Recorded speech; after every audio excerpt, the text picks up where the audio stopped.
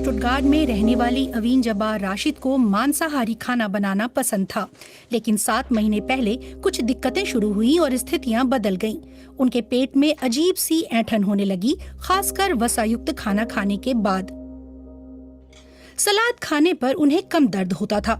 ऐसा भी समय आया जब वो ना के बराबर खाना खाती थीं।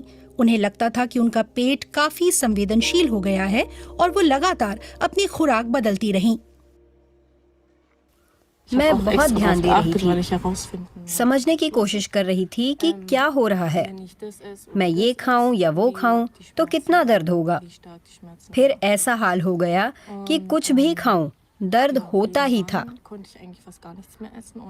डॉक्टर ने अल्ट्रासाउंड करके अविन की अच्छी तरह जांच की। अल्ट्रासाउंड वेव टिश्यू से होकर गुजरती है, उसे नुकसान पहुंचाए बिना। रेडिएशन का भी खतरा नहीं होता। उनके भीतरी अंगों की स्कैनिंग में कुछ भी असामान्य नहीं मिला। Liver, gall bladder, bile duct सब ठीक लग रहे थे। ऊपर से 26 साल की अविन काफी दुबली और युवा हैं। ऐसे में वो किसी विशेष चिंता वाले समूह में नहीं आती थीं। डॉक्टर ने उन्हें एसिड ब्लॉक करने की दवा दी, लेकिन दर्द बना रहा। अब तो केवल सलाद खाना भी उनके काम नहीं आ रहा था। कई और टेस्ट हुए, लेकिन कुछ नहीं पता चला। वो कई महीनों तक बहुत तकलीफ में रहीं। यहाँ तक कि डॉक्टरों को शक होने लगा कि कहीं अविन का दर्द केवल काल्पनिक तो नहीं है। फिर एक रात दर्द असहनीय हो गया। उन्होंने पानी की गर्म बोतल से पेट की सिकाई की, लेकिन आराम नहीं मिला। अगली सुबह वह अस्पताल के इमरजेंसी रूम में पहुंची। वहां डॉक्टरों ने सबसे पहले उनके खून और पेशाब के नमूने लिए। पेशाब के रंग ने डॉक्टरों को पहला संकेत दिया कि उनके गॉल ब्लैडर में कुछ दिक्कत है। मैं चाहती थी कि उन्हें कुछ तो मिले, तो जब नर्स ने कहा कि कुछ परेशानी है तो मुझे एक तरह की राहत महसूस हुई। बल्कि मैंने तो उन्हें आखिरकार इसकी पुष्टि के लिए धन्यवाद भी कहा।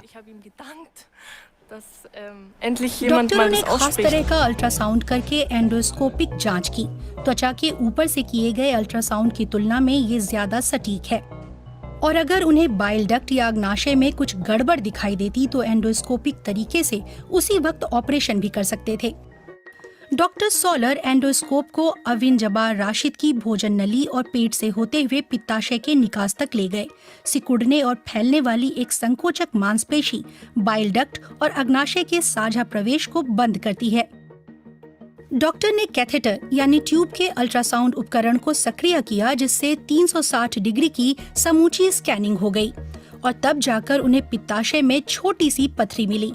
इसी पथरी के कारण उन्हें तेज दर्द हो रहा था। डॉक्टर ने सावधानी से संकोचक पेशी में चीरा लगाया और तारों की एक टोकरी नुमा चीज बाइल डक्ट में डालकर वहां से स्टोन को बाहर निकाल लिया। आप पित्ताशय में पथरी की आम मरीजों जैसी नहीं हैं। ऐसा अक्सर ज्यादा वजन वाली या बूढ़ी महिलाओं में होता है। आपके जैसे युवाओं को नहीं होता। अगला कदम होगा सर्जरी करके गॉल ब्लैडर को निकालना, और उसके बाद पूरी जिंदगी आपको वहां दर्द नहीं होगा। अविन का गॉल ब्लैडर निकाल दिया गया और तब जाकर उन्हें दर्द से मुक्ति मिली।